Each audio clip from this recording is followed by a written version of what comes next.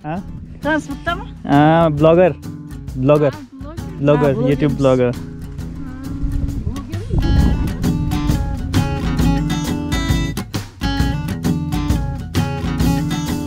और यहाँ इनका अपना अलग फ्लैग है, इनका अपना अलग एम्बलम है, अपना अलग एंथम है, लेकिन यहाँ पे जो सारी सरकार चलती है, जो रूल चलता है, वो चलता है उज़्बेकिस्तान का ही। और जो इस तरफ है जिसमें बीच में एक येलो स्ट्रिप है, ये फ्लैग है रिपब्लिक ऑफ कराकल पाकिस्तान का। सी में जाने का वहाँ की कहानी बहुत ही इंटरेस्टिंग है।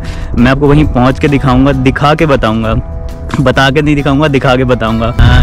India tourist blogger. पर ज़्यादातर यहाँ पे लोग पूरा पैकेज टूर लेके आते हैं, लेकिन मैंने थोड़ा बैकपैकिंग स्टाइल में करने का और अब हाल कुछ ऐसा है कि यहाँ पे एक ग्रेवयार्ड बन चुका है शिप का। एक गलत ही सीन हुआ है नेचर के साथ, हमारी इस अर्थ के साथ। और मेरे ख्याल से कोई इंडियन यूट्यूबर यहाँ पे पहले आया भी नहीं है। तो 3 लेडीज़ थी और पीछे बड़ी थी, फ़ोटो खिंचवा लो, गए हमारे को भी वीडियो में ले लो, हमें यूट्यूब पे आना है। तो गाइज़ मैं पहुँच गया हूँ एक अलग नेशन में। आप ये सोच रहे होंगे कि इसने तो ट्रेन ली थी उज़्बेकिस्तान में और एक अलग नेशन में कैसे पहुंच सकता है।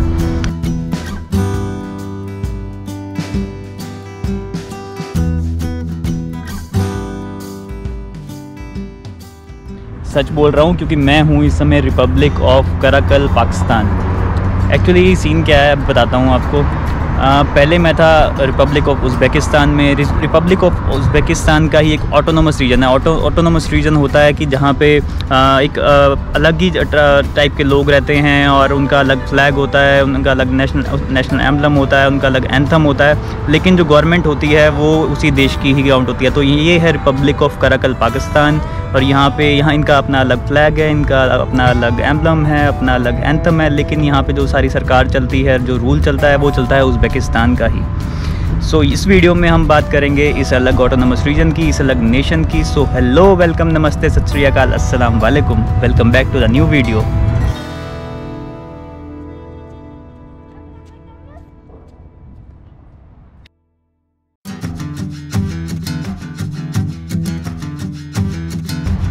तो गाइज़ मैं हूँ इस समय कराकल पाक की कैपिटल, इस रीजन की कैपिटल माने जाने वाली सिटी न्यूकुस में। मैंने ली थी एक ओवरनाइट ट्रेन ताशकंद से, जिससे मैं पहुँचा था न्यूकुस, और ये है कैपिटल। और इस टाइम एक बहुत आइकॉनिक जगह पे हूँ इस न्यूकुस कैपिटल की। और मेरे पीछे की तरफ अगर आप ये 2 फ्लैग्स देख पा रहे हो, 2 फ्लैग्स हैं यहाँ पे। तो इसमें जो मेरे राइट पे है, और आपका भी शायद ये राइट ही होगा, तो ये फ्लैग है रिपब्लिक ऑफ उज़्बेकिस्तान का। और जो इस तरफ है जिसमें बीच में एक येलो स्ट्रिप है, ये फ्लैग है रिपब्लिक ऑफ कराकल पाकिस्तान का। तो इस टाइम मैं हूँ रिपब्लिक ऑफ कराकल पाकिस्तान में, उसकी कैपिटल न्यूकुस में। तो गाइज़ ये जो न्यूकुस सिटी है ना, ये कोई खास टूरिस्टिक सिटी नहीं है। खास क्या, बिल्कुल ही टूरिस्टिक सिटी नहीं है। ये बेसिकली एक बहुत पुराना टाउन है, सोवियत टाइम के बसाया हुआ, या शायद उससे भी पहले का, अलग अलग सभ्यता वाला। और एक जस्ट नॉर्मल टाउन ही है। यहाँ पे ऐसी टूरिज्म एक्टिविटी कोई होती नहीं है। मैं बेवकूफ़ था जो यहाँ पहुँच गया। मैं हमेशा ऐसी जगह पे पहुँच जाता हूँ जहाँ पे कोई टूरिस्टिक एक्टिविटी होती नहीं है। तो बेसिकली ये जगह जानी जाती है। ये जगह टूरिस्ट इसलिए जानते हैं क्योंकि यहाँ से एक शुरुआत होती है। ये एक एंट्री डोर है एक बहुत ही अमेजिंग जगह का, जिसका नाम शायद आपने कभी हिस्ट्री में सुना होगा, जिसको कहते हैं अरल सी। और मैं भी शायद उसी वजह से यहाँ पे आया हूँ, बट 1-2 दिन यहाँ पे रुक गया क्योंकि बस थोड़ा सा देखना चाहता था। मेरे पास टाइम भी काफ़ी था उज़्बेकिस्तान में, तो मैंने सोचा कि क्यों ना 2-3 दिन यहाँ पे आराम से स्पेंड किया जाए। तो अभी मेरा यहाँ से प्लान है उस अरल सी में जाने का। वहाँ की कहानी बहुत ही इंटरेस्टिंग है। मैं आपको वहीं पहुँच के दिखाऊँगा, दिखा के बताऊँगा, बता के नहीं दिखाऊंगा, दिखा के बताऊंगा। तो कल सुबह मैं जाने वाला हूँ एक मोइनक नाम का एक गांव है, एक टाउन है, जहाँ से ये RLC शुरू होता है। तो वहाँ जाके आपको वहाँ की कहानी दिखाऊंगा। बाकी यहाँ पे ऐसा कुछ खास था नहीं देखने के लिए, क्योंकि मैंने बताया कि कैसे टूरिस्टिक जगह है नहीं है ये। तो यहाँ पे एक म्यूज़ियम था जिसके अंदर मुझे रिकॉर्ड करने की परमिशन नहीं मिली, वीडियो अलाउड नहीं था। और बाकी यहाँ पे कुछ है नहीं। मार्केट है कि पीछे कैनाल है जिसकी स्टोरी भी RLC से लिंक्ड है, बताऊँगा वहाँ जाके। तो अभी के लिए तो कुछ खास ऐसा यहाँ पे है नहीं दिखाने के लिए। RLC आपको ज़रूर दिखाऊँगा।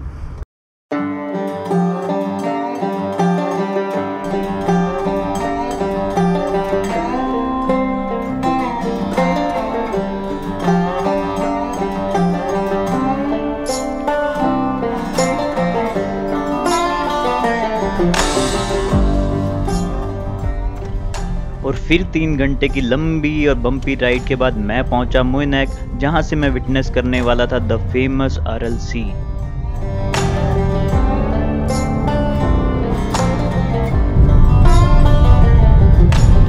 अभी मैं पहुंचा मोइनेक, जो छोटा सा टाउन है, लास्ट टाउन है। यहाँ से ही हमें जाने को मिलेगा RLC, और पूरा वाटर तक तो नहीं जा पाएंगे, लेकिन एक सिमेट्री है, शिप सिमेट्री है, जो बहुत फेमस है, जो ही देखने की जगह है। और वहीं पे मैं अभी जा रहा हूँ। तो ये भैया हैं, मुझे टैक्सी में लेके जा रहे हैं।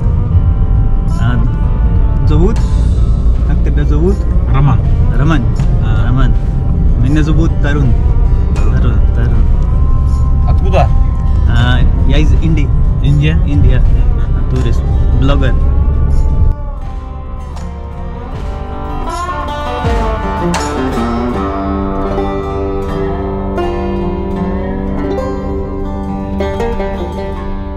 तो गाइस, मोइनेक कोई ख़ास टूरिस्टिक सिटी नहीं है। ये सिर्फ जाना जाता है RLC की वजह से, जिसकी वजह से चंग लोग उसे विटनेस करने यहाँ पे आते हैं।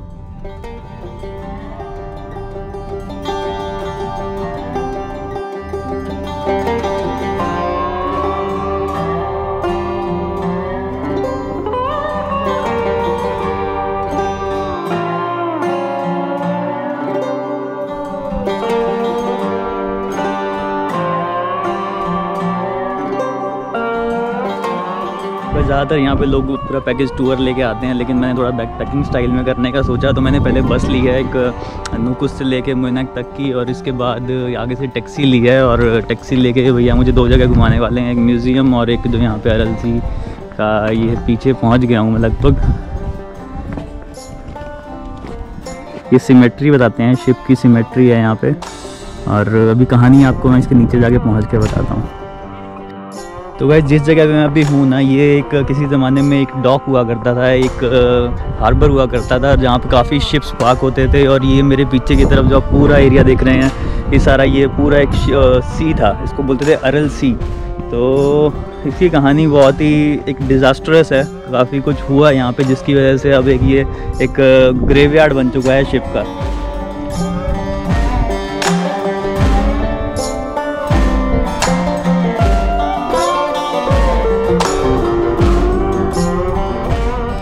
तो गाइस 1960 या उस टाइम की बात है, जब सोवियत टाइम की बात है। तो उस टाइम पे ना ये काफ़ी पूरा बहुत बड़ा समुद्र होता था, एक इनलैंड वाटर सी है शायद, बाकी ज़्यादा डिटेल मुझे इतना नहीं पता है। तो उस टाइम पे बहुत बड़ा एक सी होता था। और एक्चुअली सीन ये, और ये इसका कुछ पार्ट आता है उज़्बेकिस्तान में, कुछ पार्ट इसका आता है कज़ाकिस्तान में। तो गाइस, इस टाइम पे ना जो सोवियत की गवर्नमेंट थी, उनको पता लगा कि कॉटन की फार्मिंग करने का उनका मन आया। और मतलब वो इस देश की, इस पूरे यूनियन की तरक्की चाहते थे। तो इस तरक्की को करने के लिए उन्होंने सोचा कि क्यों ना कॉटन की इरिगेशन की जाए, कॉटन को उगाया जाए यहाँ पे फार्मिंग के लिए। तो इस कारण इसको पाने के लिए उन्होंने क्या किया, उन्होंने यहाँ इस सी में काफ़ी रिवर्स आके मिलती है, तो उन रिवर्स को मोड़ दिया कहीं पे, और यहाँ का पानी भी काफ़ी उन्होंने यूज़ किया इरिगेशन करने के लिए, जिसका रिज़ल्ट एक बहुत ही डिज़ास्टरस हुआ। और इन द एंड क्या हुआ कि धीरे धीरे करके इसका पानी का लेवल कम होने लगा। ये समुद्र जो था ये पीछे की तरफ जाने लगा। और अब एक हाल ये आ गया है कि काफ़ी किलोमीटर आगे, जहाँ तक मुझे याद है कि मतलब जितना मैंने पढ़ा है कि काफ़ी किलोमीटर, शायद 100 किलोमीटर या शायद उससे ज़्यादा किलोमीटर दूर जा चुका है ये सी। और यहाँ पे मतलब इसकी वजह से काफ़ी बीमारियाँ होने लगी थी उसके बाद में, और काफ़ी लोगों को कैंसर और ऐसी करके बीमारी होने लगी थी इस वजह से, क्योंकि यहाँ पे जो मछलियाँ वगैरह सब मर गई थी, क्योंकि फ्रेश वाटर नहीं आ रहा था इसके अंदर। ये जो एक समुद्र है, इसमें काफ़ी नदियाँ आगे मिलती थी, लेकिन वो आना बंद हो गया सारा, क्योंकि सारी नदियों को उन्होंने मोड़ दिया था दूसरी तरफ से इरीगेशन के लिए। तो उसकी वजह से सारी यहाँ मछलियाँ मर गई, मेरीन लाइफ मर गई, और यहाँ पे काफ़ी बीमारियाँ पैदा होने लगी, और आसपास के लोगों को काफ़ी बीमारियाँ होने शुरू हो गई। और जबकि गवर्नमेंट ये चीज़ें जानती थी कि सब कुछ हो रहा है, लेकिन उनको बहुत रेवेन्यू आता था इस कॉटन की इरीगेशन से, तो उन्होंने कभी इस चीज़ पे ध्यान नहीं दिया। और अब हाल कुछ ऐसा है कि यहाँ पे एक ग्रेवयार्ड बन चुका है शिप का। और सुनने में ये आया कि पहले यहाँ पे बहुत सारे शिप्स थे, बहुत सारे 100 या शायद उससे भी ज़्यादा शिप्स पार्क होते थे, लेकिन धीरे धीरे करके इन्होंने सारे शिप्स को स्क्रैप करके निकाल दिया है। और ये 5, 6, 7, 8 शिप यहाँ पे छोड़े हुए हैं, जो कि अब उसमें एज अ टूरिस्ट आते हैं इसको देखने के लिए। लेकिन उसके बाद भी अभी भी मतलब ये शिप जो समुद्र है धीरे धीरे करके पीछे खिसकता जा रहा है, और यहाँ से बहुत दूर है वो शोर जहाँ पे भी पानी मिल सकता है, लेकिन उसको जाने के लिए 4x4 को यूज़ करना पड़ता है। लेकिन मैं तो अकेला हूँ, नहीं कर पाऊँगा। लोग पैकेज टूर करके आते हैं, $200 $300 खर्चते हैं और यहाँ पे पहुँचते हैं, फिर वो जगह भी देख के आते हैं जहाँ पे भी समुद्र है। लेकिन मेरा प्लान तो अभी यही है कि यहीं तक देखने आया था मैं, इससे आगे अभी तो मैं नहीं जा पाऊँगा। बट ये भी एक मतलब बहुत ही एक गलत ही सीन हुआ है नेचर के साथ, हमारी इस अर्थ के साथ, कि जो हमारी नेचुरल चीज़ें हैं इसको ख़त्म किया गया है। बट क्या कर सकते हैं। लेकिन ये जगह ऐसी थी कि मैं यहाँ पे आना चाहता था। मैंने पहले बहुत पढ़ा था इसके बारे में कि ऐसी कोई जगह है यहाँ पे, और मेरे ख्याल से कोई इंडियन यूट्यूबर यहाँ पे पहले आया भी नहीं है। तो मैं चाहता था एक बार आना और देखना। कुछ शिप्स वहाँ पीछे की तरफ पार्क दिख रहे हैं, और बाकी मैं भी अभी देखता हूँ थोड़ा यहाँ पे क्या कुछ माहौल है। अभी मैं एक शिप के ऊपर खड़ा हुआ हूँ, ये देखो छोटा सा शिप है कोई ये, और बाकी इधर को भी काफ़ी शिप पार्क है और पीछे को भी थोड़े पार्क है। थोड़ा यहीं पे भी देखता हूँ, नज़ारा आपको भी दिखाता हूँ। बाकी ये पीछे जितना भी आपको ये रेगिस्तान दिख रहा है ना, ये किसी ज़माने में पूरा समुद्र होता था। और क्योंकि शायद 1960 और 70s के बीच में काफ़ी मीटर्स तक इसका पानी एकदम से नीचे गिर गया था, जिसके कारण सब कुछ यहाँ पे ख़त्म होता गया। बात यह है कि अभी भी उज़्बेकिस्तान की सरकार ने ऐसा कुछ किया नहीं है कि जिससे इसको वापस राइज़ किया जाए, इसके लेवल को। शायद दूसरे देश में जहाँ पे ये है और इसका पार्ट है, वहाँ पे फिर भी कोशिश की जा रही है इसको दोबारा से रिवाइव करने की, लेकिन यहाँ पे ऐसा कुछ नहीं हो रहा है। एक ये बड़ा शिप और खड़ा हुआ है, इसके ऊपर जरा ऐसे सीढ़ी भी बनी हुई है, चढ़ के देखते हैं क्या माहौल है ऊपर।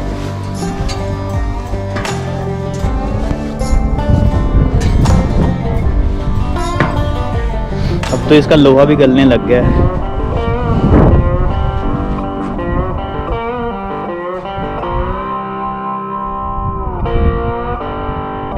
कुछ नाम भी लिखा हुआ है इधर रशियन में इसका नाम।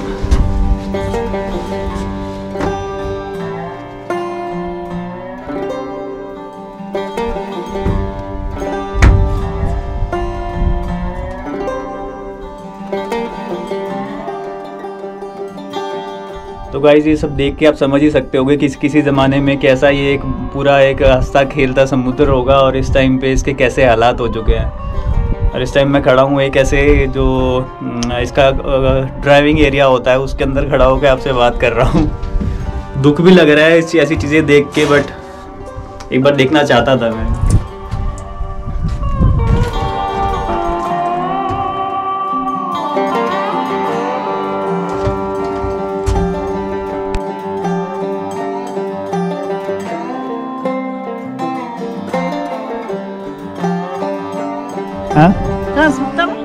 ब्लॉगर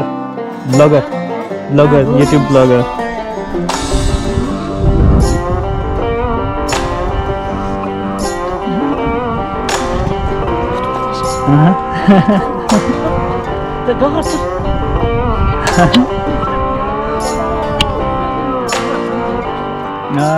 Зовут? Гульжан. Меня? Гаухар. Гульжан. Серегуль. Меня зовут Тарун. Тарун, да.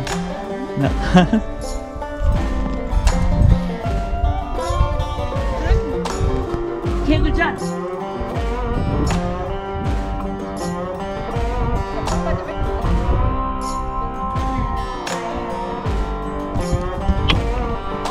यहाँ के लोगों को फॉरेनर्स का फ़ोटो खिंचवाने का बहुत शौक होता है। अभी ये 3 लेडीज़ थी और पीछे बड़ी थी, फ़ोटो खिंचवा लो, क्या हमारे को भी वीडियो में ले लो, हमें भी यूट्यूब पे आना है। तो अभी ये थोड़ा सा और एरिया, हल्का सा इधर मैं वॉक किया पीछे वाले एरिया से, तो यहाँ पहुँचा हूँ। यहाँ पे और ये 3-4 शिप्स पार्क हैं, बड़े बड़े पार्क। तो क्या हैं बेचारे यहाँ पे सड़ रहे हैं बड़े बड़े, और हालात देखो इनके क्या हो चुके हैं। कुछ इस टाइप के इनके हालात हो चुके हैं।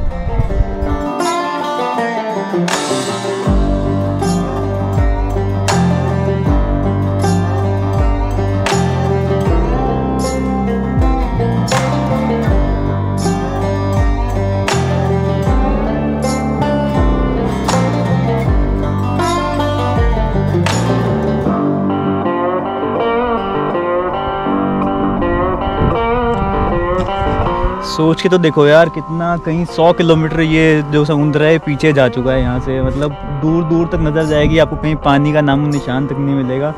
और सब ऐसे झाड़ियाँ उगाई हैं यहाँ पे, और पूरा कच्चा रास्ता है। अभी किसी ने जाना हो तो यहाँ से सिर्फ 4x4 व्हीकल से जाना पड़ता है कहीं 100 किलोमीटर उस तरफ, और वहाँ जाके मिलता है हमारे को थोड़ा पानी देखने को। और उस पानी में भी काफ़ी ऐसा आपको वाइट झाग और बहुत केमिकल टाइप से मिलेगा, क्योंकि मेरे को सुनने में आया शायद यहाँ पे कुछ टेस्टिंग भी की जाती थी सोवियत टाइम पे, कुछ वेपन्स वगैरह की, उन सब की टेस्टिंग भी करते थे, जिसकी वजह से जो बचा कुचा पानी था वो भी बहुत ज़्यादा सड़ गया था और बहुत ही ज़्यादा दूषित हो गया था वो भी। अभी तो सब बंजर ही है यहाँ पे।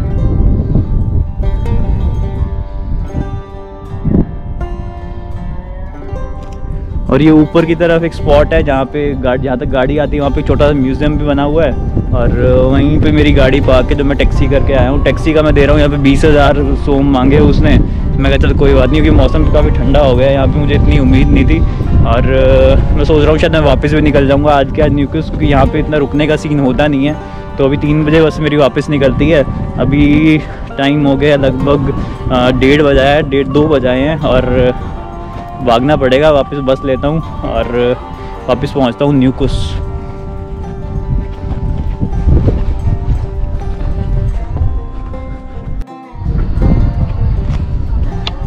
तो गाइस यहाँ पे दिखाया हुआ है कि देखो 1960 में ये मोइनेक सिटी है जहाँ पे मैं अभी हूँ, ये पूरा सी यहाँ तक था। इसके बाद ये है 1970 की, थोड़ा थोड़ा पार्ट से ये पार्ट है, ये पार्ट ख़त्म होने लग गया और ऊपर की तरफ जाने लग गया। थोड़ा सा और आगे आएंगे हम 1980s की तरफ, तो मोइनेक सिटी से और दूर हो गया। और इस साइड का भी हिस्सा, ये कज़ाकिस्तान का हिस्सा, ये भी ख़त्म होने लग गया।